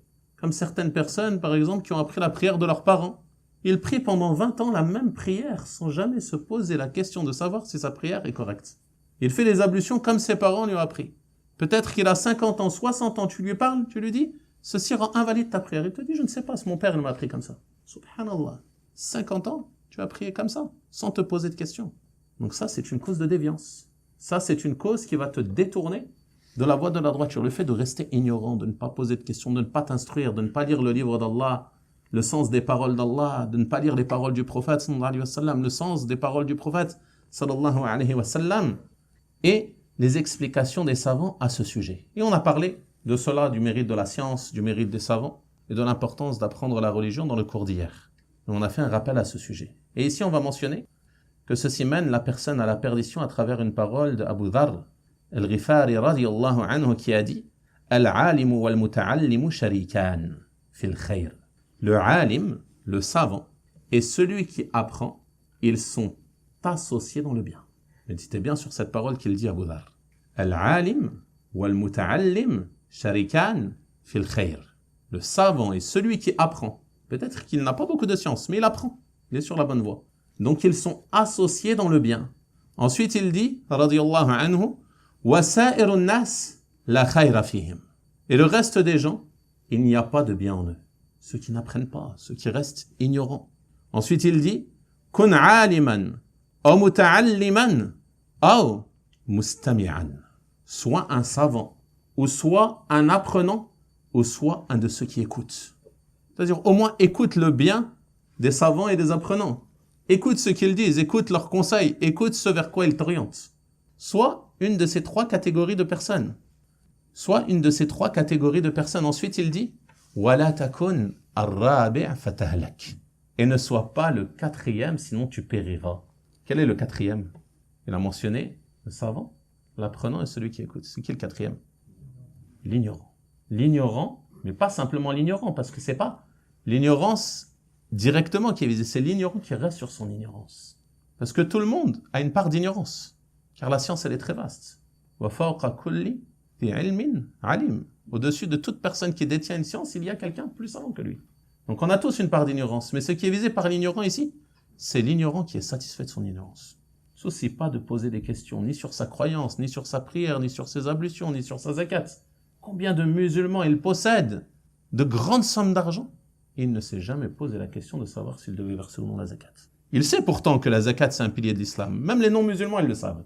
Il sait qu'il y a quelque chose en islam qui s'appelle zakat. Mais il ne s'est jamais posé la question de savoir si lui, il était concerné. Pendant de nombreuses années. Pourquoi? Parce qu'il est satisfait de son ignorance. Donc vous voyez, ça, c'est une cause qui va te mener à dévier et à t'écarter de la voie de la droiture. Et il suffit comme mérite à la science la parole du prophète sallallahu alayhi wa sallam qui a dit « Man yuridillahu bihi khayran yafaqihu fid din » Celui à qui Allah veut du bien, il lui facilite la compréhension de la religion. Il l'instruit en religion. Qu'est-ce qu'on comprend de ce hadith, comme l'a dit Al-Hafiz ibn Hajar, rahimahullah? Non, si Allah ne veut pas du bien, il n'instruit pas en religion. Donc le fait d'être ignorant, le fait d'être satisfait de son ignorance, c'est un mauvais signe pour la personne. C'est un mauvais signe que tu sois satisfait de rester ignorant. Car si Allah veut ton bien, il te facilite la compréhension de la religion. Il t'instruit en religion. Donc le fait que tu sois satisfait, toi, d'être ignorant, c'est un mauvais signe. On demande à Allah, subhanahu wa ta'ala, de nous en préserver. Deuxièmement, mes frères, parmi les causes de déviation, il y a la négligence dans la mise en pratique de cette science. Et ce qui m'a fait m'arrêter un instant ici, c'est que j'ai noté une citation de l'imam al-Rabi' rahimahullah ta'ala. Et lorsque j'ai noté cette citation en préparant ce cours, il était encore vivant, rahimahullah. Il a dit « فَالْكَثِيرُ مِنَ النَّاسِ لَا يَعْمَلُونَ » Beaucoup de gens ne mettent pas en pratique. فَقَدْ يَجُرُّهُ عَدَمُ الْعَمَلِ إِلَى الْوُقُوعِ فِي الْفِسْقِ لِأَنَّهُ مَا يَعْمَلُ. Et le fait de ne pas mettre en pratique peut le mener à tomber dans la perversité car il ne met pas en pratique. Puis il dit وَقَدْ يَجُرُّهُ إِلَى الْوُقُوعِ فِي الْبِدْعِ وَالضَّلَالَةِ. Et ceci peut le mener à tomber dans les innovations et l'égarement. وَقَدْ تَكُنْ الْبِدْعَ الَّتِي يَقَعُ فِيهَا كُفْرِيَّةً. Il se peut que l'innovation dans laquelle il tombe relève de la mécréance. وَقَدْ يَقَعُ فِي الْكُفْرِ مُبَاشَرَةً وَالْعِيَاذُ بِاللَّهِ. Et il se peut qu'il tombe directement dans la mécréance et le refuge est auprès d'Allah. Il attire notre attention ici, rahimahullah, sur le fait que négliger la mise en pratique de la science est une cause de déviance. Tu risques de dévier de la voie de la droiture si ce que tu apprends, ce dont tu prends connaissance, tu ne le mets pas en pratique. Pourquoi? Parce que tu as été ingrat. Allah, il t'a accordé une connaissance, il t'a facilité le fait de savoir que tel ordre est obligatoire, que telle chose est interdite. Et toi, tu n'en tiens aucune considération. Tu délaisses cet ordre et tu transgresses cet interdit. Tu sais qu'Allah te l'a ordonné, mais tu ne le fais pas. Tu sais que le prophète sallallahu alayhi wa sallam te l'a ordonné, mais tu persistes à suivre tes passions. Tu es en danger. Ce péché peut-être, ça va être la cause de ton égarement. Un péché, comme l'a dit Ibn al-Qayyim rahimahullah, que les péchés, c'est la voie menant à la mécréance. Parce que c'est la base, c'est par cela il va commencer Iblis. Il ne va pas venir à toi et te dire « Mais crois en Allah, l'islam c'est faux, donne des associés à Allah. » Il ne va pas venir directement par cette voie, il va venir par des péchés, il va t'assailler. Car chaque péché, il va faire diminuer ta foi. Chaque négligence dans la mise en pratique de la science, chaque obligation que tu délaisses, ça fait diminuer ta foi. Ça porte atteinte à ta foi et ça t'affaiblit de jour en jour. Donc le délaissement de la mise en pratique de ce que tu apprends, c'est une des plus grandes causes de déviance. Et ceux qui mettent en pratique ce qui leur a été ordonné, généralement ils sont fermes. Et on peut donner l'exemple des orientations que donnent les savants aux musulmans lors des périodes de troubles. Ceux qui suivent les orientations des savants, alhamdulillah, généralement, ils restent fermes. Ils ne s'égarent pas, ils ne dévient pas à droite et à gauche. Ceux qui se détournent de la voie des savants ne savent plus où donner de la tête. Car ils s'égarent, ils ont dévié du droit chemin. Ils ne savent plus qui suivre, ils ne savent plus où aller. Donc ils n'ont pas été fermes. Pourquoi ? Parce qu'ils n'ont pas mis en pratique ce qui leur a été ordonné et ce vers quoi ils ont été exhortés. Allah subhanahu wa ta'ala dit dans son noble livre وَلَوْ أَنَّهُمْ فَعَلُوا مَا يُوعَظُونَ بِهِ لَكَانَ خَيْرًا لَهُمْ وَأَشَدَّ تَثْبِيتًا. S'ils avaient mis en pratique ce à quoi on les exhortait, s'ils avaient mis en pratique la science, s'ils avaient mis en pratique les orientations, s'ils avaient mis en pratique les ordres, s'ils avaient délaissé les interdits, cela aurait été certainement meilleur pour eux et leur foi aurait été plus raffermie. Qu'est-ce qu'on comprend ? Que la non-mise en pratique, c'est une cause de faiblesse de la foi et c'est une cause qui va mener la personne à ne pas être ferme et à vaciller au moindre trouble. À être comme une plume qui suit le vent. Au moindre trouble, à la moindre épreuve, à la moindre difficulté, il y en a certains, il mécroit. Il mécroit Allah, il insulte Allah dès qu'il a une difficulté, en raison du manque de mise en pratique de cette religion. Et ici, j'attire votre attention sur les causes qui peuvent mener au délaissement de la mise en pratique. Brièvement, car il ne reste pas beaucoup de temps, mais ce qui peut mener au délaissement de la mise en pratique, il y a ce qu'on appelle le taswif, en français la procrastination, le fait de repousser toujours. Tu sais qu'une chose est obligatoire, mais tu la repousses. Tu sais qu'Allah subhanahu wa ta'ala t'a ordonné d'émigrer par exemple. Déjà, dans 6 mois, l'année prochaine, dans 2 ans, dans 3 ans, subhanallah, tu ne sais même pas si tu seras encore vivant. Demain, tu ne sais pas si tu seras encore vivant. Allah il te l'a ordonné aujourd'hui. Pourquoi tu dis dans 6 mois? Pourquoi tu dis dans 1 an? Pourquoi tu dis dans 2 ans? Qu'est-ce qui va se passer durant ces années? Quels sont les péchés que tu vas commettre et qui vont affaiblir ta foi? Cette volonté que tu as aujourd'hui, elle va disparaître avec le temps, avec les péchés, avec le délaissement de la mise en pratique. Réveille-toi, ne reste pas dans cette situation. Rappelle-toi qu'Allah subhanahu wa ta'ala t'a ordonné cela et que ceci est dans ton bien. Ceci est pour toi, ceci est dans ton intérêt. Donc soumets-toi à l'ordre d'Allah, ne repousse pas. Le fait de remettre à demain, de remettre à plus tard, c'est une cause qui va te mener au délaissement. Combien de personnes disent « je veux apprendre le Coran, je vais commencer la semaine prochaine. À partir de demain, je reste à la mosquée 1 heure par jour pour apprendre quelques versets. Demain. 1 année passe, 2 années passent. Parfois, on peut vouloir lire un livre. On le prend, on dit, je vais le lire. On va le poser sur notre bureau, il va rester 1 jour, 2 jours, 3 jours. 3 mois après, tu le vois, il est là, tu dis, subhanallah, ça fait 6 mois que je l'ai acheté, je voulais le lire demain. Et demain, il n'est jamais venu. Donc, il faut faire les choses tout de suite. Quand tu en as la volonté, dès lors que tu sais que c'est un bien pour toi, empresse-toi vers la mise en pratique de ce que tu sais. Également, parmi les causes qui vont te mener au délaissement de la mise en pratique, il y a la paresse. La paresse, parfois, c'est simplement cette paresse qui ne te mène à aucun bien. Il est assis, il ne fait rien, il ne veut pas se lever. Couché à ne rien faire toute la journée. Surtout en cette période de chaleur, personne, il est couché, il ne veut rien faire. Paresseux. Dis-toi que ce temps, c'est du temps qui part en fumée. C'est une perte. C'est comme si quelqu'un, il avait un commerce qui pouvait lui rapporter de nombreux bénéfices. Il y a tous les clients devant son commerce en train d'attendre. Et lui, il a allongé la porte fermée. Je suis fatigué. J'ai pas le goût. Il reste couché. Personne qui va faire ça pour la dunya. Là, c'est un commerce avec Allah qui te mène au paradis. Tu dis, je suis fatigué. Plus tard, je vais lire. Plus tard, je vais prier. Plus tard, je vais faire ceci et cela. En raison de la paresse. Également, parmi les causes qui mènent au délaissement de la mise en pratique, il y a l'excès dans les choses permises. Le fait de se plonger avec excès dans ce qu'Allah t'a permis. La nourriture, la boisson, certains loisirs qui sont permis. Cet excès-là, il va te mener à quoi? Au délaissement de nombreuses œuvres de bien. Ce temps que tu passes dans cet excès, au-dessus de tes besoins, c'est du temps que tu aurais pu passer à faire du bien. Donc il va t'éloigner de la mise en pratique. Et également, il y a la tromperie du diable. Le diable qui te fait oublier l'au-delà. Le diable qui te laisse penser que tu vas être éternel, que tu as le temps, qui t'enjolive ce bas monde, alors que ce bas monde est éphémère. Il te faut oublier que tu vas quitter ce bas monde et que tout ce qu'il y a dans ce bas monde va disparaître. Toutes ces choses qui te détournent de la mise en pratique de ta religion. Par exemple, une personne, elle n'est pas assidue à ses prières, pourquoi? Parce qu'elle dit, je ne peux pas prier à l'heure à mon travail. Qu'est-ce qu'il recherche à travers ce travail? Se rapprocher d'Allah. Il cherche l'argent. Il recherche l'argent. Cet argent, qu'est-ce qu'il va en faire? Il va le dépenser ici. Ou alors, il va en mettre une partie de côté, comme nombre de personnes qui se tuent au travail, se tuent à la tâche. Et puis peut-être qu'il va mourir et cet argent, ça va être une source de tentation pour qui? Pour ses héritiers. ils vont se le disputer. Peut-être ça va être une cause de la rupture des liens familiaux, à cause de cet argent derrière lequel il a passé sa vie à courir au lieu de se soucier de l'au-delà. La troisième cause, qui est un frein à la droiture, un frein à la mise en pratique de la religion, un frein au suivi de la bonne voie, c'est le mauvais entourage et le mauvais environnement.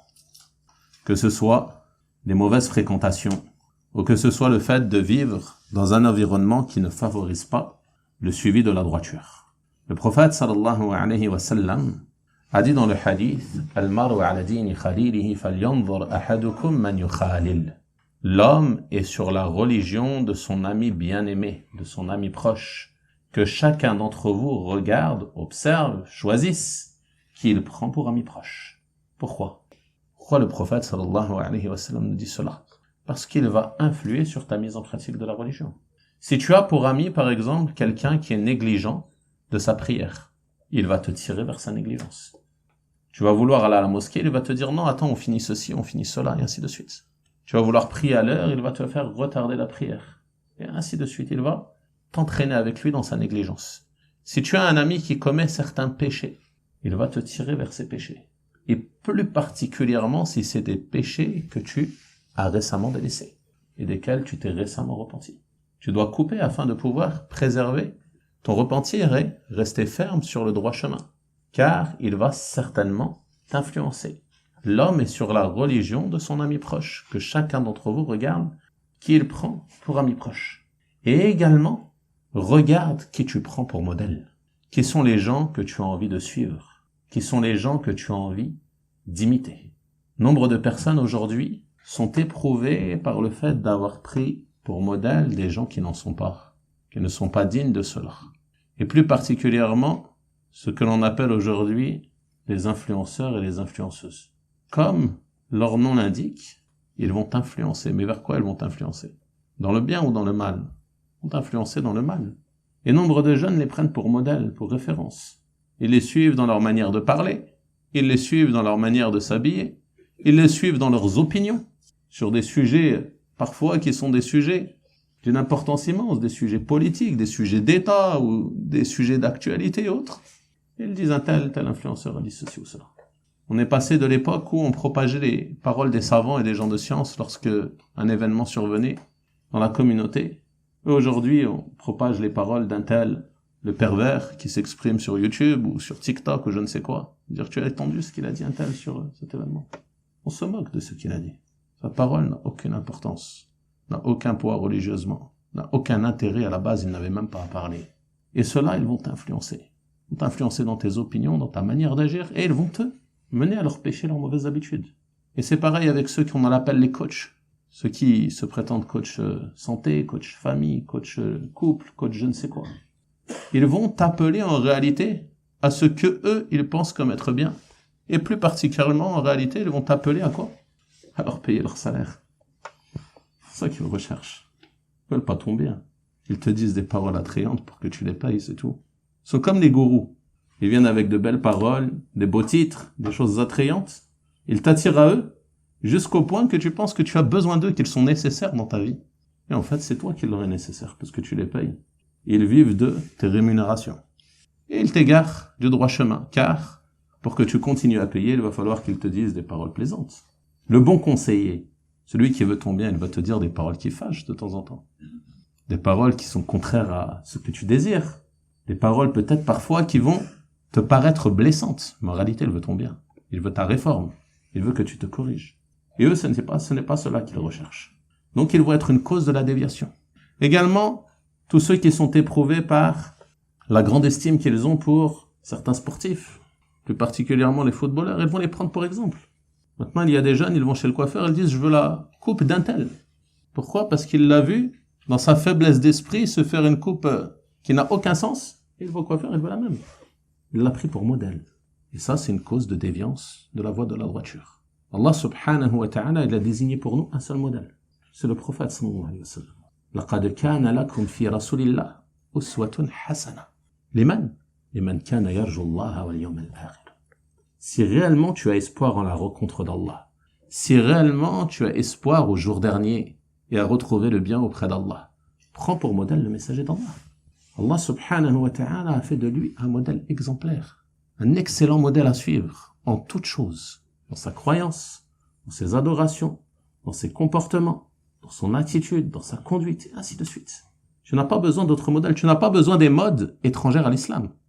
Il y a des périodes, certains ils vont s'habiller d'une telle manière, d'autres ils vont couper les cheveux de telle manière, ainsi ils suivent des modes.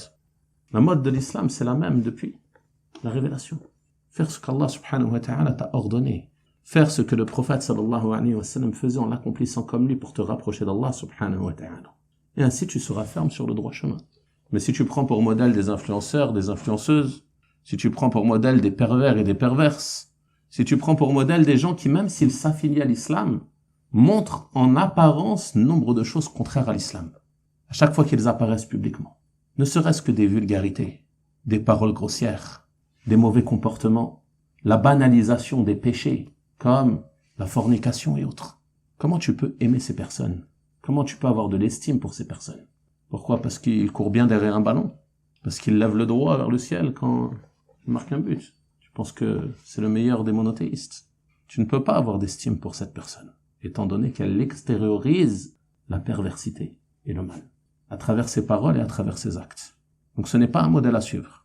Tu ne dois pas chercher à le suivre, à t'habiller comme lui ou à espérer avoir le même modèle de vie que lui. Et si tu agis ainsi, tu t'égareras de la voie de la droiture. Et comme on a dit également parmi les causes qui rentrent dans cela, réunit ces différentes causes ensemble, on a dit les amis, les modèles et l'environnement dans lequel tu vis.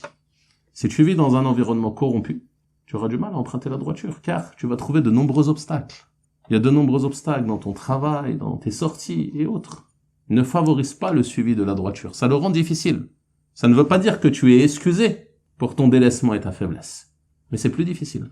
Alors que si tu es dans un bon environnement, entouré de tes frères et sœurs croyants, suivi de la droiture, il sera plus facile pour toi, Inch'Allah. Il y a des choses qui, par exemple, en terre d'islam, sont banales et sont considérées par ceux qui n'y vivent pas comme une grande forme de piété. Simple fait de prier les 5 prières à la mosquée. Peut-être qu'ici, c'est chose extraordinaire. Alors qu'en terre d'islam, c'est normal. C'est normal qu'un musulman, quand il est adhan, il sort devant la mosquée. Et ce n'est pas une chose surprenante. C'est une chose que font les gens. Ils sont habitués depuis tout petit. Donc ça favorise le suivi de la droiture. C'est plus facile. Donc il faut chercher à se retrouver dans cet environnement pour justement rester ferme et emprunter la voie de la droiture. Parmi les causes et les freins, il y a le manque de patience, le manque de sabr. La voie de la droiture, elle va exiger de toi beaucoup de patience.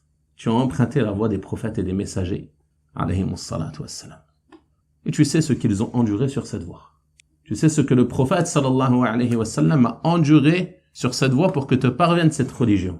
De la part des gens qui lui étaient les plus proches, qui essayaient d'empêcher son appel de se répandre, qui cherchaient à lui causer du tort. Son peuple qui a essayé de le tuer, et ainsi de suite parmi les nuisances qu'il a subies sur cette voie. Et les compagnons radiyallahu anhum, qui ont subi de nombreuses tortures, et qui sont restés fermes sur la religion. Et vous avez l'exemple de Bilal, radiyallahu anhu, qui a été torturé, et qui ne cessait de dire quoi? Ahadun ahad. Unique, unique. Je ne reconnaîtrai pas vos divinités. Et c'est ça qui est attendu du croyant, qu'il soit ferme sur cette religion, qu'il patiente pour Allah subhanahu wa ta'ala. Comme l'a dit le prophète sallallahu alayhi wa sallam à la famille de Yasir. Ammar, qui était le fils de Yasir, son père Yasir, et sa mère Soumaïa, la première martyre de l'islam, radiyallahu anhum. Le prophète sallallahu alayhi wa sallam, voyant leur situation, leur dit Sabran, ya ala Yasir. Patience, aux familles de Yasir. Inna maw'idakum al-jannah. Votre rendez-vous est au paradis. Ils ont gagné le paradis par leur patience et leur fermeté sur cette religion. Et aujourd'hui, on a des gens, peut-être pour le simple fait d'être dévisagé, ne peut pas être droit. J'ai laissé pousser ma barbe, j'ai vu les gens, ils me regardent bizarre. Je ne peux pas. Ils laissent une semaine, un mois, et après, je retire. J'ai mis mon voile, j'ai vu les gens changer de comportement avec moi. Patiente. Tu es sur le droit chemin. Reste ferme et sache que tu obtiendras le bien auprès d'Allah subhanahu wa ta'ala. Également patiente sur les nuisances qui peuvent venir des gens qui te sont les plus proches. Parfois les nuisances, elles ne viennent pas des gens étrangers. Elles peuvent venir de ta famille. Elles peuvent venir de certains parents qui peut-être ne comprennent pas encore tes choix. Elles peuvent venir de l'époux, de l'épouse. Elles peuvent venir des enfants, des frères et sœurs. Mais tu patientes. Et si tu patientes et que tu fais preuve de bon comportement avec eux, tu verras que par le temps, ils finiront par changer avec toi, bi'idhnillahi ta'ala. Et peut-être que tu seras une cause de bien pour eux. Et plus encore, bi'idhnillahi ta'ala. Donc, il est demandé aux croyants de patienter sur la voie de la droiture afin de rester ferme et de ne pas défier. Certains, ils ne patientent pas, pourquoi? Par peur de perdre leur travail. Son patron lui demande de faire une chose interdite. Il le fait. Il ne veut pas qu'il prie à l'heure, il le fait. Pourquoi? Parce qu'il a peur de perdre son emploi. Donc pour de la dunya, pour ce bas monde, pour des biens vils, il délaisse la voie de la droiture. Et ceci est une porte à la déviance. Et tout ceci provient de la ruse du diable qui te fait craindre quoi? Il te fait craindre la pauvreté, il te fait craindre la difficulté, il te laisse penser que si tu fais cela, tu vas être en difficulté. Comment je vais faire? Comment je vais faire si j'émigre? De quoi vais-je vivre? Comment je vais faire si je n'obéis pas à mon patron et je fais ma prière? Je vais perdre ce travail. Comment vais-je vivre sans ce travail? Oubliant que la subsistance provient d'Allah subhanahu wa ta'ala. Oubliant que celui qui délaisse une chose pour Allah, Allah lui remplace par quelque chose de meilleur. Si tu patientes. Si tu ne patientes pas, tu ne verras pas la promesse d'Allah. Oubliant que celui qui fait preuve de piété à l'égard d'Allah, Allah lui accorde une issue. Et il lui accorde sa subsistance par des moyens sur lesquels il ne comptait pas. Mais cela demande de la patience. Que tu patientes et que tu sois ferme sur ce qu'Allah subhanahu wa ta'ala et son prophète sallallahu alayhi wa sallam ont ordonné, et tu espères la récompense de la part d'Allah subhanahu wa ta'ala. Et pour t'encourager à rester ferme, tu médites sur la situation du prophète sallallahu alayhi wa sallam et la situation des compagnons radiyallahu anhum. Cinquièmement, parmi les causes, les freins au suivi de la droiture, il y a le fait de craindre de ne pas être parfait. C'est une ruse du diable. Étant donné que tu ne vas pas réussir à tout faire, alors tu ne fais rien. Je vais donner l'exemple d'une question que j'ai souvent entendue avec une œuvre surérogatoire, mais après, appliquez-la sur tout le reste de la religion. Les rawatib, c'est les prières rawatib qui sont au nombre de 12. 2 avant le fajr, 2 et 2 avant le bord, 2 après le bord, 2 après le maghrib, 2 après l'isha. Nombre de personnes, sous prétexte qu'ils n'arrivent pas à être assidus aux 12, ils les délaissent toutes. Je n'arrive pas à faire les 12, donc je les délaisse toutes. Donc la peur de ne pas réussir à faire ce qu'il y a de mieux, le fait délaisser complètement la chose. Ça, c'est une erreur. Ce que tu ne peux pas atteindre complètement, ne le délaisse pas totalement. Fais ce que tu peux faire. Et là, ce sera une porte qui va te faciliter, qui va faire augmenter ta foi, et qui va t'aider, là, avec le temps, à aller plus loin et à faire plus. C'est pas parce que tu ne peux pas tout faire que tu vas rien faire. Et nombre de personnes, c'est comme cela. Ils pensent que c'est ou tout, ou rien.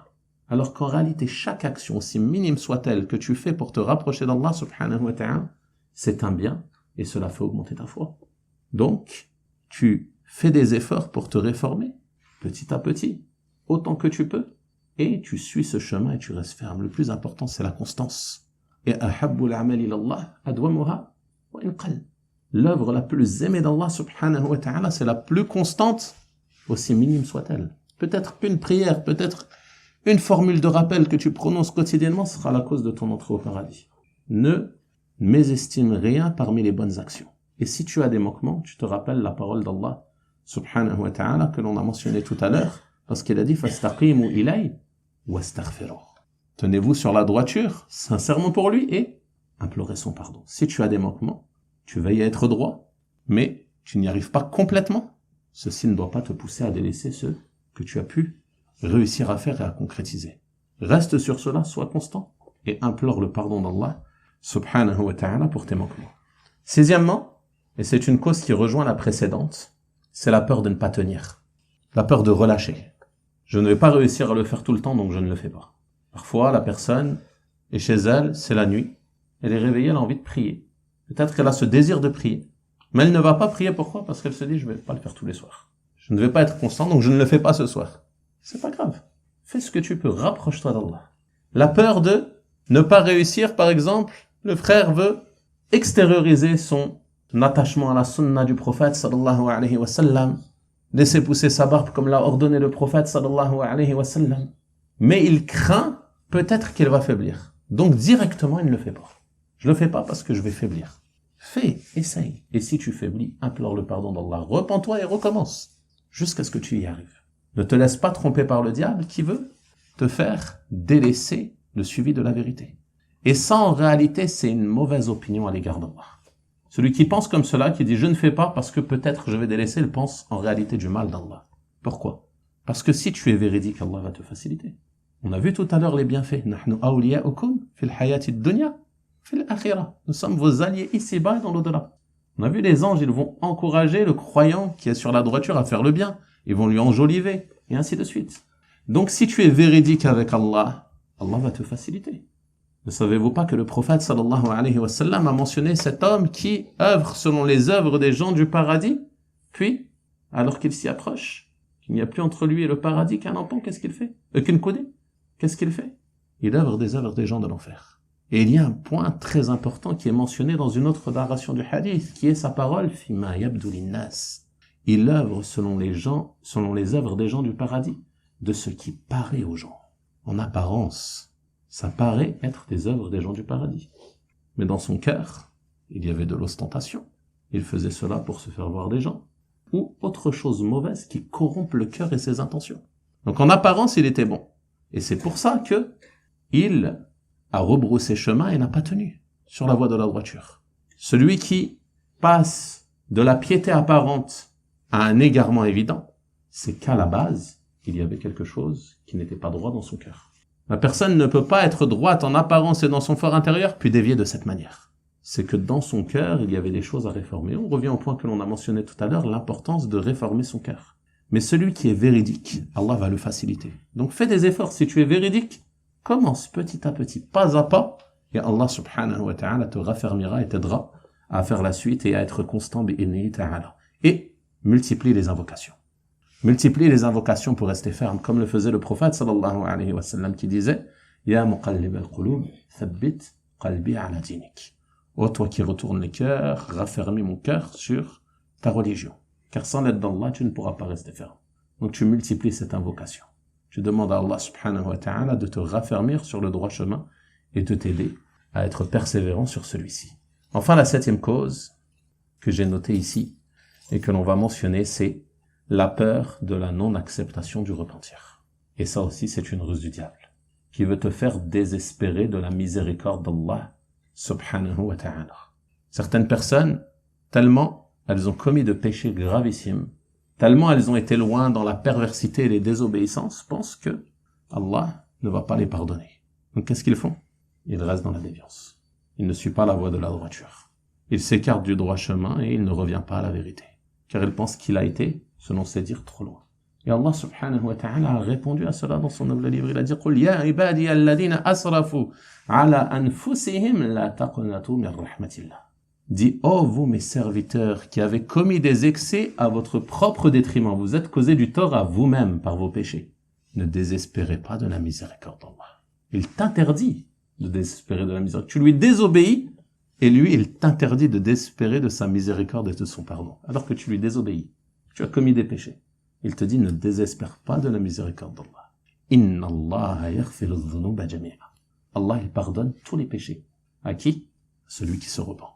Ça, c'est pas un verset qui doit servir d'argument pour rester plongé dans les péchés. Et dire Allah, il pardonne. Allah, il est pardonneur. Non. Il pardonne à celui qui se repent. À celui qui implore son pardon. À celui qui fait des efforts pour se réformer et se corriger. Il pardonne tous les péchés. Innahu huwa al-ghafur ar-rahim. Donc, le croyant, il ne doit pas désespérer de la miséricorde d'Allah subhanahu wa ta'ala. L'imam al-Sa'di, rahimahullah, a dit, dans le tafsir de ce verset, la ta'yasu minha. Ne désespérez pas de sa miséricorde. Fatulqu bi aydikum ila at-tahluka. Et vous mènerez vos propres personnes de vos propres mains à la perdition. Wa taqulu qad kathurat dhunubuna wa tarakamat uyubuna. Vous dites alors, nos péchés sont nombreux et se sont accumulés nos défauts. Falaysa laha tariqun yuziluha wa la sabil yusrifuha. Il n'y a donc pas de voie ni de chemin pour les dissiper et s'en détourner. فتبقون بسبب ذلك مصرين على العصيان متزودين ما يغضب عليكم الرحمن. Et vous restez ainsi persistant sur les péchés en ne prenant pour provision que ce qui vous fait encourir la colère du tout miséricordieux. Ensuite il dit ولكن اعرفوا ربكم بأسمائه الدالة على كرمه وجوده واعلموا أنه يغفر الذنوب جميعا من الشرك والقتل والزنا والربا والظلم وغير ذلك من الذنوب الكبار والصغار. Mais apprenez à connaître votre Seigneur par ses noms qui indiquent sa générosité et sa bonté, et sachez qu'il pardonne tous les péchés, comme le shirk, le polythéisme, le plus grave des péchés, Allah il le pardonne. Et également le meurtre, la fornication, l'usure, l'interusuraire, le riba, l'injustice et autres que cela parmi les péchés majeurs et mineurs. Donc nul ne doit penser qu'il est trop tard pour revenir à Allah subhanahu wa ta'ala. Tant que tu es vivant, tu as l'opportunité de te réformer et d'emprunter ce chemin, la voie de la droiture, de rester ferme sur celle-ci jusqu'à la rencontre d'Allah subhanahu wa ta'ala. Ceci était donc quelques causes qui nous permettront, bi'idhnillahi ta'ala, si nous veillons à les mettre en pratique, à bénéficier de tous ces bienfaits que l'on a mentionnés, les bienfaits de la droiture. Et je demande à Allah subhanahu wa ta'ala de me placer ainsi que vous parmi ces serviteurs mustaqimin qui ont eu foi en lui et qui se sont tenus droits et sont restés fermes sur ce chemin, car c'est certes de lui que dépend cela, et on lui demande de nous raffermir et de nous aider à suivre ce chemin et être constant sur celui-ci. Pour terminer, je tiens à remercier tout d'abord les responsables de cette mosquée qui, une nouvelle fois, nous ont permis de pouvoir nous rencontrer autour de ce que l'on espère être profitable pour nous ici-bas et dans l'au-delà. Et je vous remercie vous également pour votre présence, et je demande à Allah subhanahu wa ta'ala de rendre cette assise bénéfique et profitable pour nous ici-bas et dans l'au-delà, d'en faire une preuve pour nous auprès d'Allah et non pas une preuve contre nous, et de nous aider à mettre en pratique tous ces textes que l'on s'est rappelés et de nous faciliter son adoration, son rappel, et de nous placer parmi ses serviteurs reconnaissants. Wa sallallahu wa sallama wa baraka ala nabiyyina Muhammad wa ala alihi wa sahabatihi ajma'in. Walhamdulillahi rabbil alamin. Wa jazakumullahu khayra. آمين وإياك بارك الله فيك. السلام عليكم ورحمة الله وبركاته. آمين وإياك جزاك الله خير. فيك بارك الله.